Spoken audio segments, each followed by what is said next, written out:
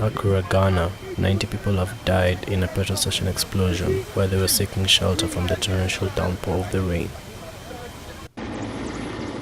Yesterday, the emergency services, including the military, the police, the fire service, were called out to come and help.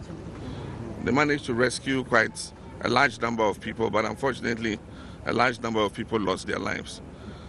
I want to take the opportunity to commend the security services for their diligence. Throughout yesterday night, many of them have not had any sleep. We were closely monitoring what was happening. And then also to express my condolences to the several who have lost relatives and the victims of the flood. We'll have to take some measures to be able to avoid this happening in the future.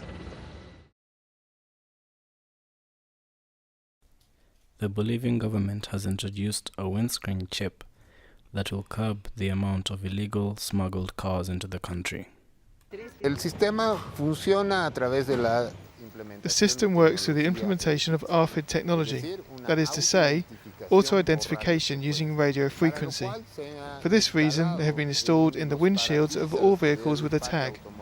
A chip which contains a unique identifier which is detected the moment a vehicle enters a gas station.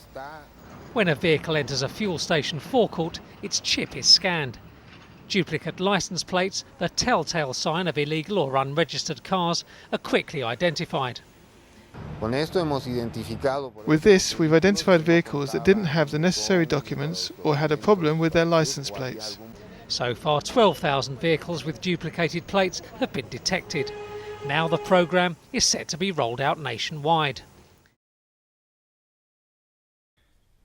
Australia has just become the 22nd country to pass the gay rights bill. This Parliament can change a law that no longer describes modern Australia and pass a law of which we can all be proud. Let us delay no more. Let us embrace a definition of marriage that respects, values and includes every Australian. Yeah. I accept that same-sex marriage is a significant issue. It's an important issue. It's important to many people.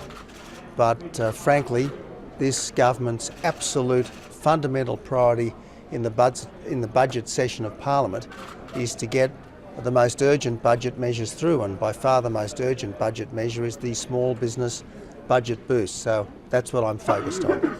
Thank you. Thanks very much.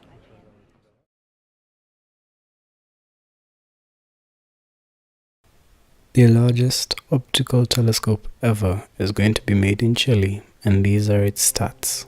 This mountaintop in northern Chile will be home to the largest optical telescope ever built.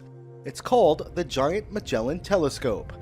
Made up of mirrors spanning 25 meters, it will be able to focus 6 times more light than any other optical telescope on the planet. 11 international partners have committed more than $500 million to begin construction, half of its proposed $1 billion overall cost.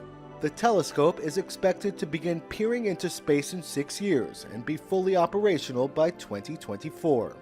The giant telescope will enable astronomers to look deeper into space and further back in time than ever before. Its primary focus, according to its developers, is to find Earth-like planets around nearby stars, as well as reveal the faintest objects ever seen in space.